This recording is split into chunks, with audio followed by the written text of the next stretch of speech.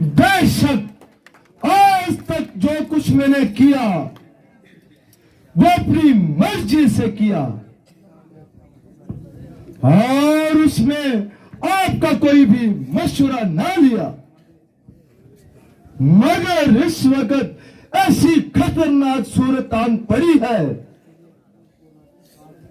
जिसके लिए मुझको न सिर्फ आपकी जरूरत बल्कि इमदाद की भी सख्त जरूरत आन पड़ी है।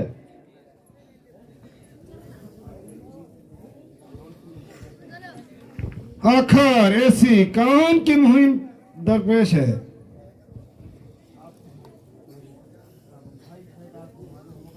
भाई शायद आपको मालूम होगा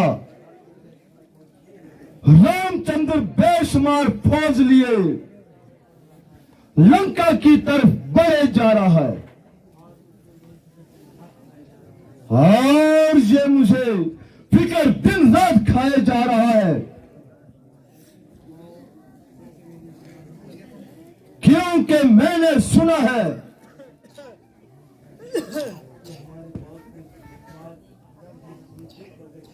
कि हमारे बहुत से बाज़गर भी हमसे बरगुज़श्ता हो गए और ऐलानिया बगावत कर पर कमर बस्ता हो गई। और जहां तक मेरा ख्याल है कि जब हमारे घर का यही हाल है तो इस हालत में रामचंद्र का फतेह याब होना सख्त मुहाल है। भ्राता जी, आप इस वक्त मुझसे सलाह मशवरा लेने आए, मगर उस वक्त क्यों नहीं पूछा भाई? जब सीता को चुरा कर लाए आप रोते क्यों हो भाई? और भुगतो अपने किए कर्म की सजा भाई। आप तो आ गया इश्कबाजी करने का मजा और इतने जल्दी घुटने ढीले छोड़ने लगे।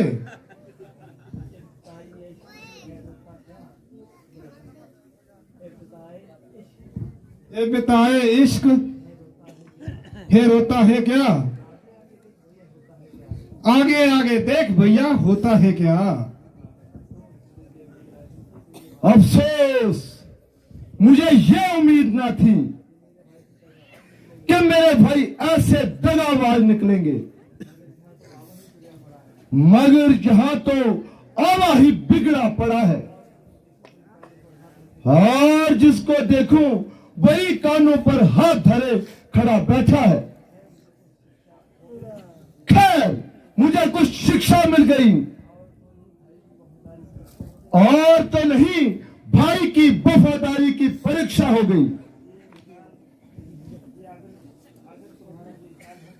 अगर यह तुम्हारा ख्याल है कि रावण लड़ाई से डरता है और इसलिए बार बार मेरी खुशामद करता है तो यह तुम्हारी बिल्कुल भूल है। खौफ और खुशामद का तो सिर्फ मैं नाम ही सुनता हूं, वरना इनका इस्तेमाल करना तो अपने लिए मौत से भी बदतर मानता हूं। बहुत अच्छा, तकलीफ माफ कीजिए और मुझे जाने की इजाजत दीजिए। जिस तरह होगा उनमें से मैं निपट लूंगा, मगर आइंदा आपको कोई भी कष्ट ना दूंगा।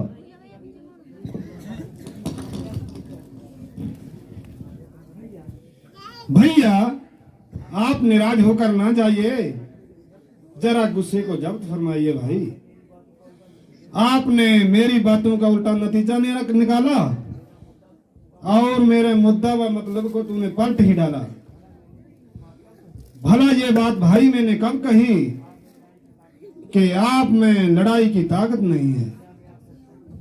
क्या मैं आपका सहायक नहीं हूं भाई? बल्कि मेरा ये मतलब है कि